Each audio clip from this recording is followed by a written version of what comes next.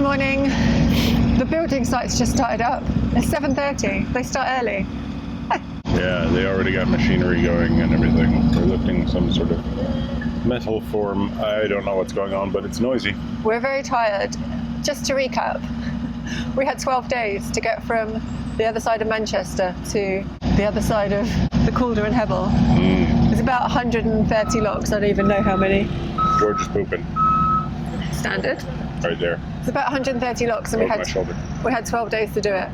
This is day 9, I think. We're on target, but we're broken. But on the good side, we've got a hand spike. We're at the, I don't know if we're on the Broad Canal or the Narrow Canal, but we're at the place where it changes from broad to narrow. So We're on the Broad Canal. So the rest of the locks are going to be wide. We've got 9 locks to get us off the Broad Canal onto the Calder and Hebble, and then I think we've got 18 locks to do on the Calder and Hebble with the hand spike. Some number of them use the hand. There's a lot. We've got 4 days left. I'd like to do it in 2 days, but I think that's ambitious. Yeah, we'll see what we can do. So, I'm about to go on poo patrol. I wouldn't mind using one of those excavators with the buckets to do it. All right, let's get going. Let's go. Despite the noisy building site, this was a pretty good mooring. We would have liked to have stayed a bit longer to have more of an explore, but we need to get going to get past the scheduled winter stoppages and to avoid the rain that's forecast. Our first obstacle of the day is the locomotive lift bridge. The Loco Bridge, which is also sometimes called Turn Bridge, is raised out of the way in its horizontal position via chain pulleys. The bridge was installed in 1865, replacing a swing bridge that was here previously. The name Locomotive Bridge comes from the original mechanism of the bridge, which resembled a locomotive engine. The hand crank mechanism was replaced with an electric one in the 1980s, thank goodness.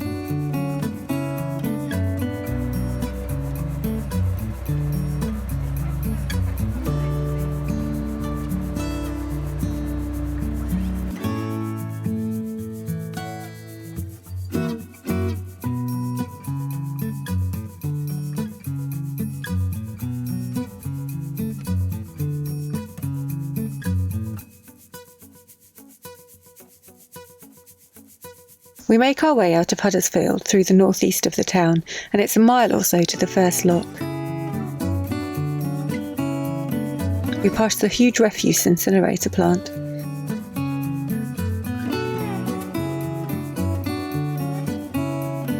The Huddersfield Broad Canal links the Narrow Canal in Huddersfield with the Calder and Hebble navigation at Cooper's Bridge. It was opened in 1776 and is just 4 miles long with 11 locks.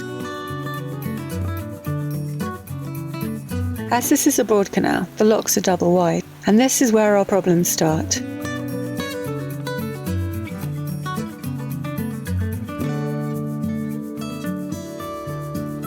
The locks are very short. In fact, the Canal and River Trust advised that no boats longer than 57 feet 6 inches will be able to travel through them. As narrowboat Perseverance is 57 feet long, we're going to find it tight. It also means that there's more risks inside the lock, as there's more chance of the stern getting caught on the sill or the bow getting caught on the gates. Michael keeps a close eye on the position of the boat as he descends. He needs to make sure he's clear of the concrete sill at the back of the lock.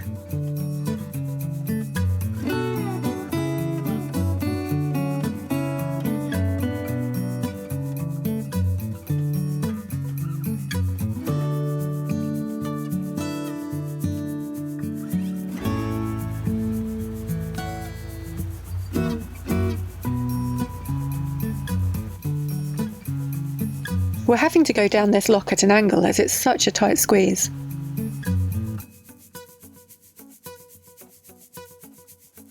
And because of the position of the boat, I can't get the gate open, and Michael can't reverse any further, so I have to walk around and swing the other gate open, so Michael can move the bow across and move out through the gate.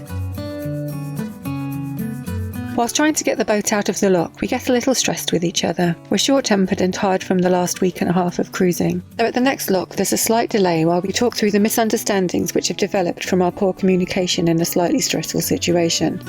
With a long day of difficult cruising ahead, we need to make sure we're working together again.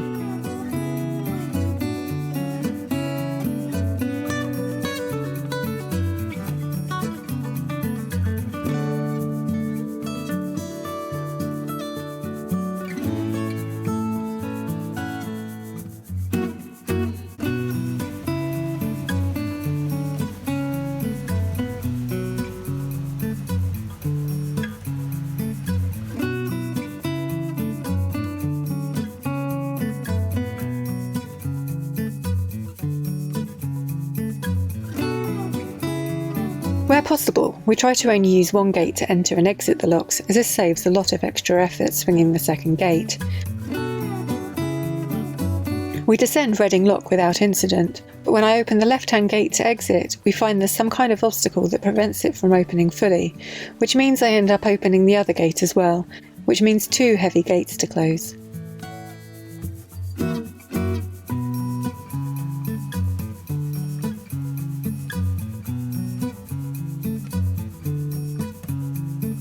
Leaky locks are not fun at the best of times, but with locks this short, there's the added danger of water flooding the stern, as the boat needs to be so far back in the lock to fit in.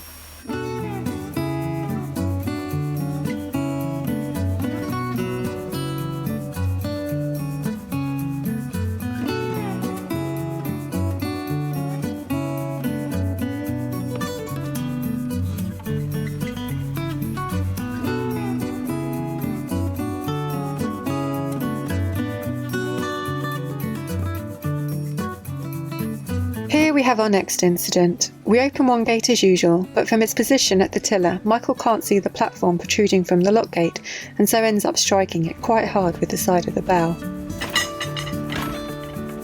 Whoops.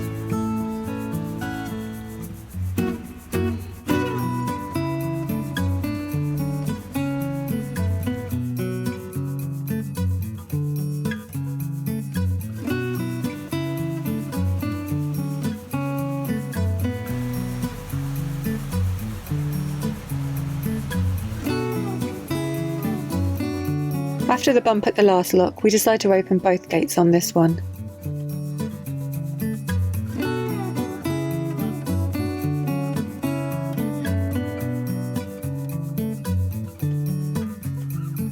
Here's one of the anti-vandal devices. We've come across lots of different designs. This one has a metal plate that fits over the spindle to stop it turning. You secure it with a tool that tightens a screw.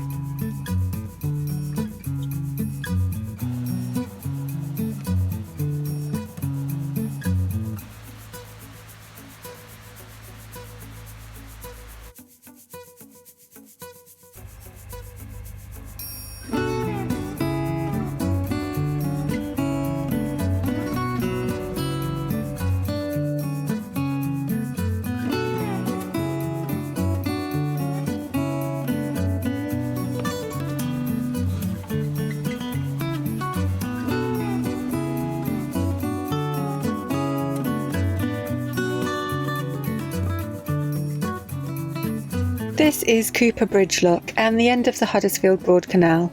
Below the lock is a river section. This part of the river has been closed to navigation recently due to the high water levels, but as you can see, the gauge shows that it's now in the yellow and we're safe to proceed.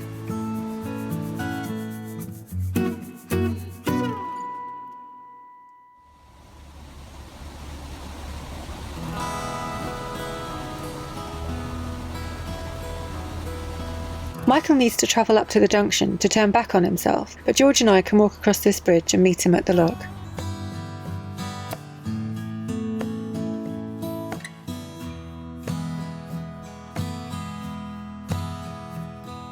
He passes the floodgates and the handy visitor moorings.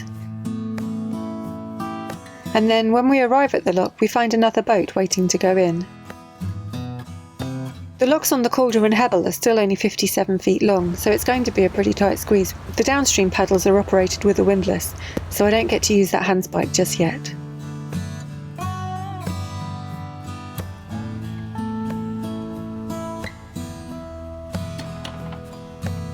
More river section, and it's quite a way to the next lock, so Michael stops to pick George and I up.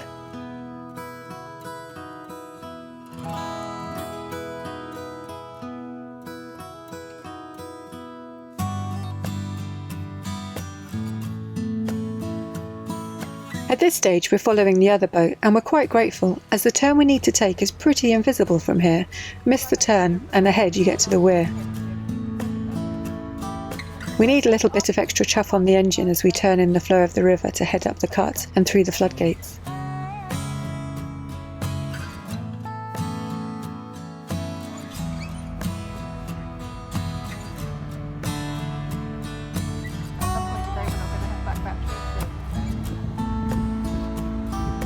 There's a marina here and lots of mooring, and somewhere there's an old graving dock.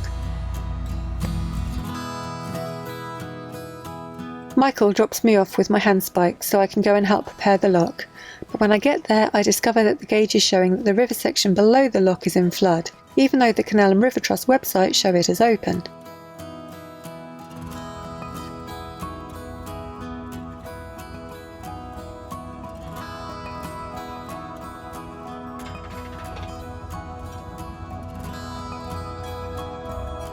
The crew on the other boat try to call the CRT for clarification, and I decide to walk ahead to see if the floodgates are open.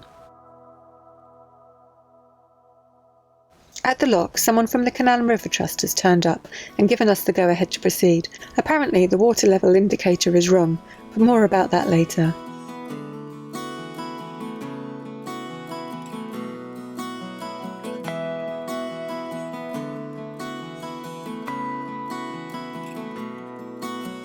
Michael arrives at the flood lock at about the same time as I do. Unfortunately, we find the upstream gates closed, but the downstream gates are open, which is a bit confusing. The lock landing is too short for Michael to safely get off the boat, so I need to climb aboard and shuffle down the gunwale to get the handspike from him. It also means that Michael and the boat are left floating above the lock gates, fighting the pull of the weir to the side, while I try and work out how this damn handspike works and get the gates open. While Michael is waiting, a chain hanging down from the gate gets caught over a hard point on our bow, and he can't get the boat free on his own. Meanwhile, I close the downstream gate, and as I'm dropping one of the paddles, another boater turns up. He's slightly annoyed with me because he had opened the gate to use the lock, but his boat is still on its mooring in the marina, so I had no way of knowing. In the middle of this conversation, Michael's calling me to come and help him get the chain off the bow. Finally, I get back to opening the upstream paddles. As this is a flood lock, the water levels on either side of the lock are pretty equal. The lock isn't equalising though, and I'm really stressed out by now. I can't understand why the gates don't budge. I'm hot and I'm bothered. I'm not thinking clearly. I use all my strength on the gates and finally get one of them open. As Michael brings the boat in, he spots my mistake. Because of the position of the bridge and the unusual shape of the lock, I didn't have a view of it. In my stress, I'd left one of the downstream paddles open. No wonder the water wouldn't equalise. It was leaving almost as fast as it was entering. Mistakes happen when you're stressed and rushing. I'll certainly try and learn the lesson and not make the same mistake again.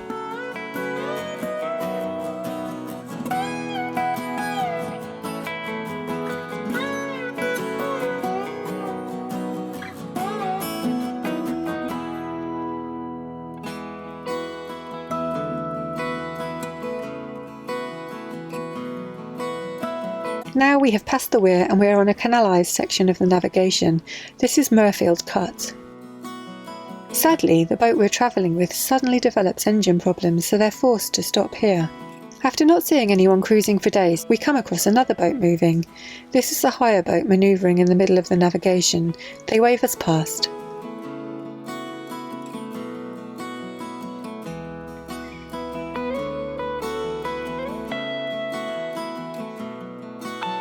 We pass Shepley Marina, and here you can see me wrestling with the handspike to raise the ground paddles for Shepley Lock.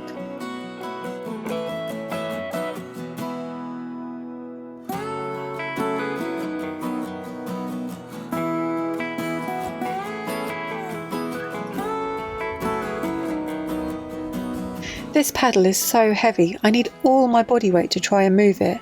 There isn't enough of a platform to stand on, so it's hard to get to the right position, which is why I'm making it look so awkward. That and the fact I'm all out of energy today. Just a few hundred metres on the river before we enter the next cut, George and I take the opportunity to walk this stretch. These floodgates are open and there's a handy sign pointing us in the direction of Wakefield. Oh, and another boat on the move. More handspike actions required here.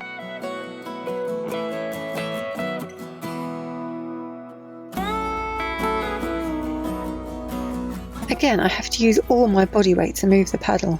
These locks are so hard.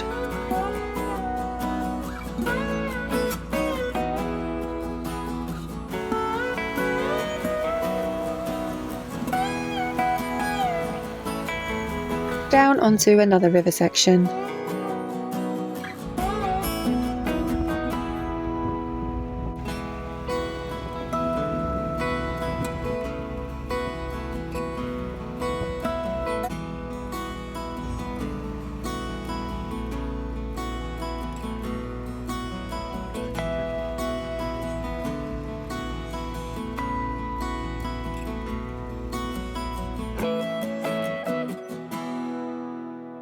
We don't catch it on film, but there used to be a pub here called the Perseverance Inn, and there's some moorings here too.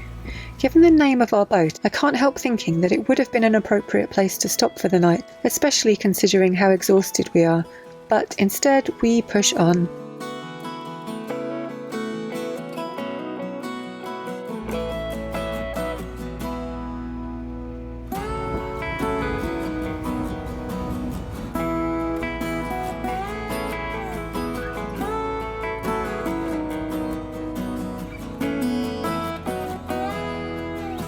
Under another grand-looking disused railway bridge, and we arrive at Thornhill double locks. We find a small boat's already coming up, so Michael helps them through as we wait our turn.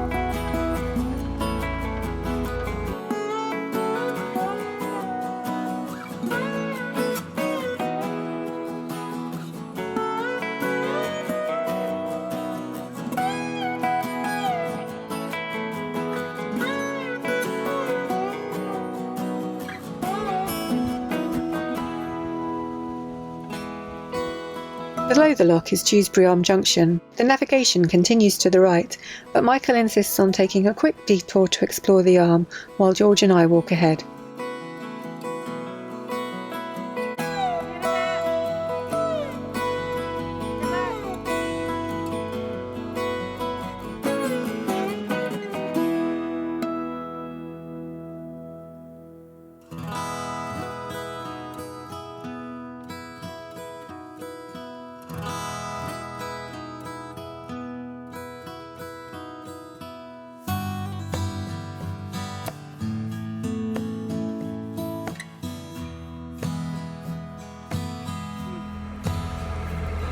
So that back there, Savilletown Basin, just turned in the only available turning point. It's basically just a marina back there now, all the way up to the arm, so it's just nothing but more boats. So I'm turning around, heading back to find Joe.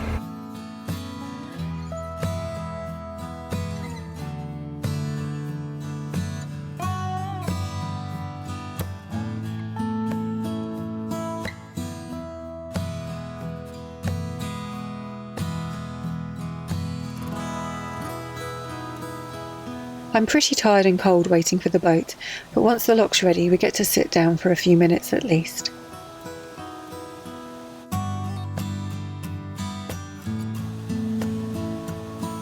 After all the fun at the other locks, I take the tiller while Michael takes a turn with the windlass.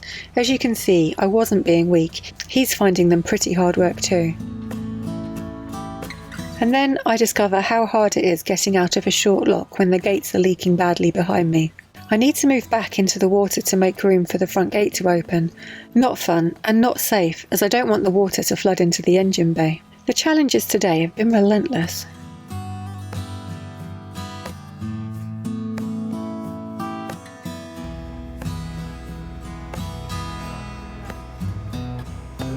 The boys fishing with magnets pause to let us pass.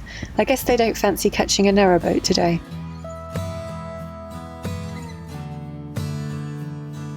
The last two locks of the day are the figure of 3 locks.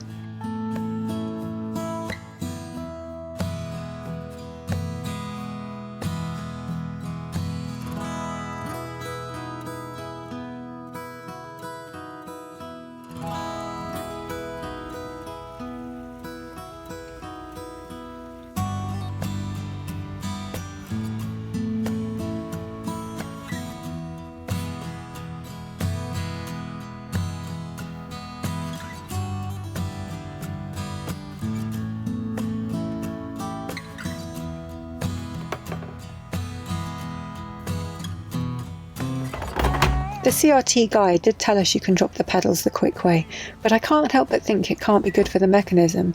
Lowering them by hand is painfully slow though.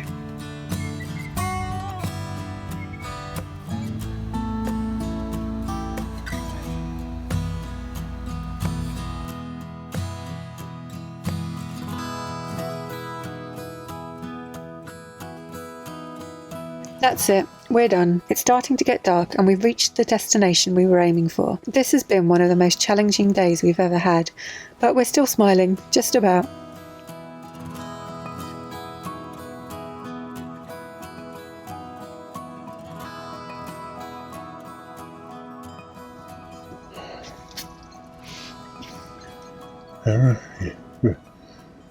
Thanks for watching. Give us a thumbs up. Click blah blah blah. Good night.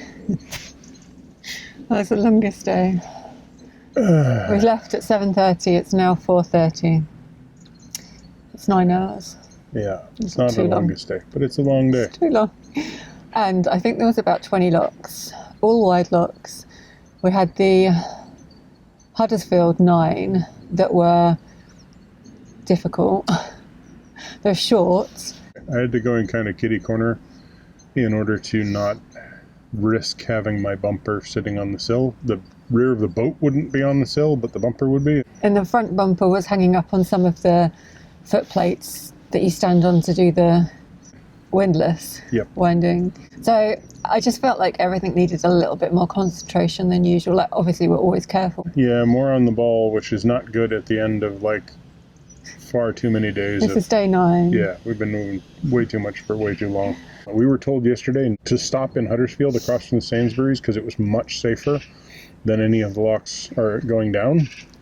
And again, we are of the impression that there seems to be some sort of code being used by people because they're like, this is a no-go area, and it's perfectly fine. I'm pretty sure they're telling us this because that's where they actually moor. Maybe, yeah. They're like, I don't want anybody to know about my secret I didn't place. see one place where I wouldn't have been happy spending the night. So it's a bit annoying because we could have carried on a bit yesterday. I don't know. And then, so we got down to the bottom lock, and then you turn onto the Calder, or the Calder and Hebble navigation, but you actually turn onto the River Calder there and kind of come immediately back on yourself. Yeah, hard right turn. And then we met a couple in the lock. So that was good timing because we got to share a few locks with them, but then they had engine problems, so they peeled away. Yeah, we went through 2 locks with them, and then we came down, and there's a river stretch, and the river is, in theory, in yellow, not in red, and so the announcement came out a few days ago that all the flood locks had been opened, so we were expecting the next flood lock to be open as the floodgates had been opened, but the second lock we came into that was about to take us under a river section actually showed as being in the red. We talked to the CRT guy who happened to be there at a workboat. He called in to one of his colleagues, and they were told, nope, it's perfectly fine. What happened is that at some weir nearby, they'd done like a reconstruction where they dumped in a bunch of gravel to rebuild part of the weir, and that had raised the water levels. So he told us to go, and sure enough, the water was fine, but the next flood lock was closed. Now, we'd been told that that was no problem. We could open the flood lock and proceed through. Except I'd gone ahead and I didn't have my Trusty Calder and Hebble handspike. And then... Because it's like walking around with a great big baseball bat plank of wood, like a big piece of 2x4, and it's hardwood. It's heavy. I had to wait for Michael to arrive. Because it's a flood lock, there's no like mooring there, lock landing there, so there was nowhere for him to stop. And then the weir kept trying to pull me over. So it just felt a bit hairy. And then somebody had opened the top flood lock gates and the paddles, but there was no boat there, so I was all a bit flustered at this stage. And eventually I shut the gate, dropped the paddle, and then opened the 2 lower paddles, and then couldn't get the gates open. Yeah. And because it's kind of under a bridge and it's a funny shape, I didn't notice that he'd actually opened both of the paddles, because he'd kind of, he didn't have a go at me, but he kind of had a go at me for like taking his lock. But he didn't, his boat wasn't there and he wasn't there, so. Yeah, and I'd pulled into one corner and a chain on the flood lock gate went over the end hard point on our boat, which I didn't know had happened. And so when I reversed to try and reposition myself, all of a sudden I'm trying to tear the lock came right off. So I'm like, oh God. So I go back into forward so that I'm not pulling on the chain. I was like, okay, I'll run forward, try and free the chain. The whole time I'm thinking, if Joe comes around the corner and sees a boat tied up on the chain on one end and no Michael and I think he's gone in the way, yeah, I get to the front, pull the chain off. I'm like, aha, I can reverse. Except for I don't have control of the throttle. And the chain is just long enough that if I try and toss it in any direction whatsoever, it goes back over the damn hook.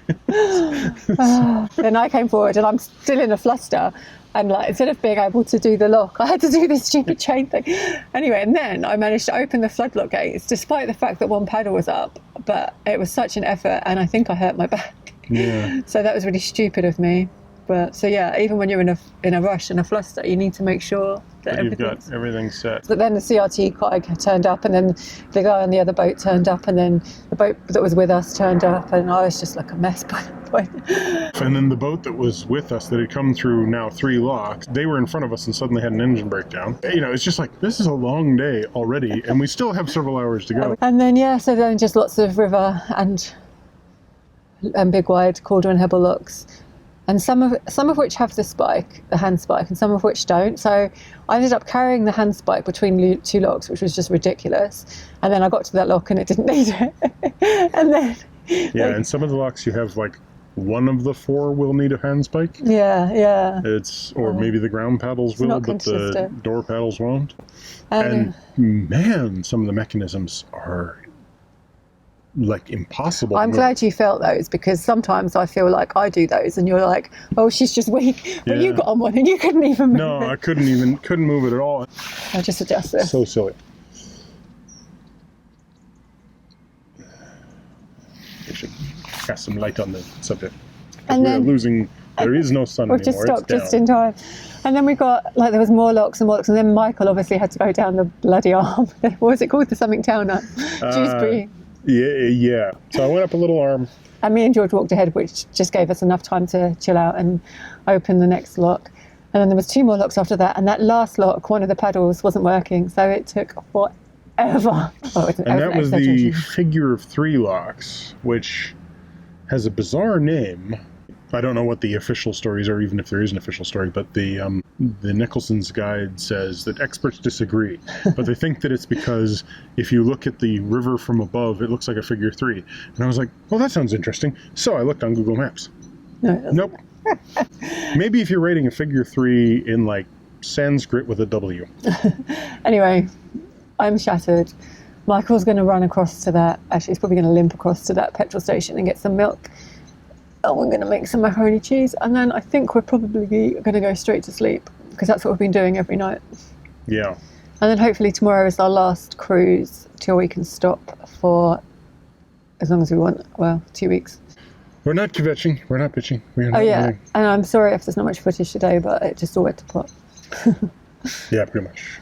So, thanks for watching. Give us a thumbs up, comment down below, subscribe if you'd like to hear more of this, and hit the bell for notifications.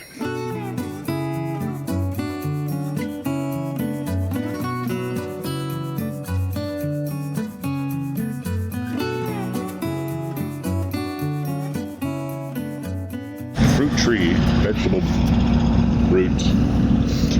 Good morning. We did 9, and then we did... No, don't try and count them. I need to go. I think we did 9, and then we did 7 plus the flood lock, which we weren't supposed to do. Oh, today? Yeah. No, I think we did about 10 today. But there was the 9 Yeah. that we did getting to the river. Yeah. And then we did 1, 2, 2, and then 3, the flood 4, lock. 5, 6, 7. No, it's more than At that. least 7 on the river plus the flood lock. I think we've done 20. It's too many. As this is a floodlock, the water levels either side of the lock are pretty even. Evil? They're not evil. They're equal. Now we've passed the weir, we're on a canalised. Now we've passed the weir, we're on a canalised. What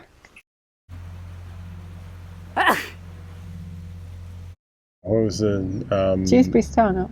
Dewsbury? Yeah. Dewsbury? Dewsbury? Yeah. Oh, Dewsbury.